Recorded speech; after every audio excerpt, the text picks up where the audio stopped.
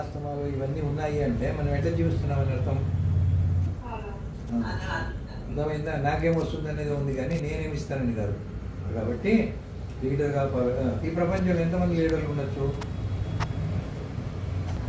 అందరూ ఉండొచ్చు. ఇప్పుడు కొద్దిమందే. మనకు లీడర్ ఉంటే ఎవరంటే రాజకీయ నాయకుడు లీడర్ అంటున్నాం.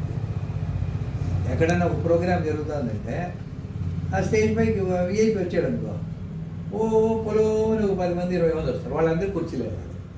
అవునా కదా? వాళ్ళందరూ ఎవరు? ఫాలోయర్స్.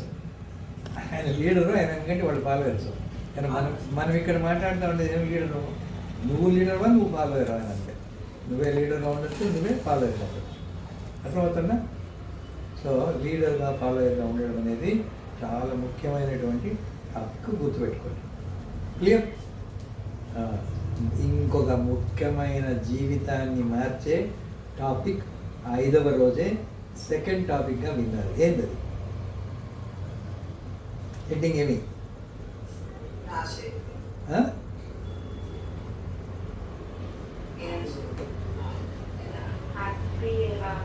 అది ఆనందం గురించి తెలుసుకున్నారు. ఇది మన జీవితాన్ని మార్చేటువంటి ఒక గొప్ప విషయము. జీవితాన్ని కాదు, ప్రపంచాన్నే మార్చేస్తున్నాం. సో ఏం తెలుసుకున్నాం? ఆనందం అంటే ఏమని తెలుసుకున్నాం? అది గుర్తుకు రావాలి. మొదటి రోజు క్లాస్ అంటే ఏం చెప్పాలి మీరు? Positive present tense. 2వ రోజు ఏమంటే మనం అన్నిటికీ ఈ నియమాలన్నీ నా సొంత నియమాలు అనేది. 3వ రోజు బాధ్యత. 4వ రోజు లీడర్ ఫాలోయర్. 5వ రోజు ఇప్పుడు ఇది ఆనందం గురించి. ఏం తెలుసుకున్నారు? ఒక యూనివర్సల్ ట్రూత్. ఏం చెప్పండి? సత్యము. This moment is inevitable. ఈ క్షణము అనివార్యము. ఈ క్షణాన్ని ఎవ్వరూ మార్చలేరు.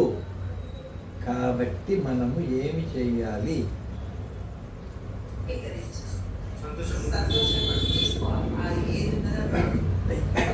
ఈ క్షణంలో ఈ క్షణంలో ఏముందో ఇదే సత్యము. ఇంతకన్నా వేరే ఉండటానికి అవకాశం లేదు. ఇప్పుడు మరుక్షణం మార్చుకోవచ్చు, అది వేరే విషయం. కానీ ఈ క్షణం మారదు. మారనప్పుడు ఏం చేయాలి? నువ్వు దాంతోపాటు ఉండాలంతే. అర్థమైందా? కాబట్టి జ్ఞానోదయము అంటే ఏమని తెలుసుకున్నాను నిన్న మన క్లాస్లో. జ్ఞానోదయం అంటే ఏంటి? What is enlightenment? General definition చెప్పు, తర్వాత ఇక్కడ నేర్చుకుని చెప్పు. జనరల్ డెఫినేషన్ ఏంటి? What is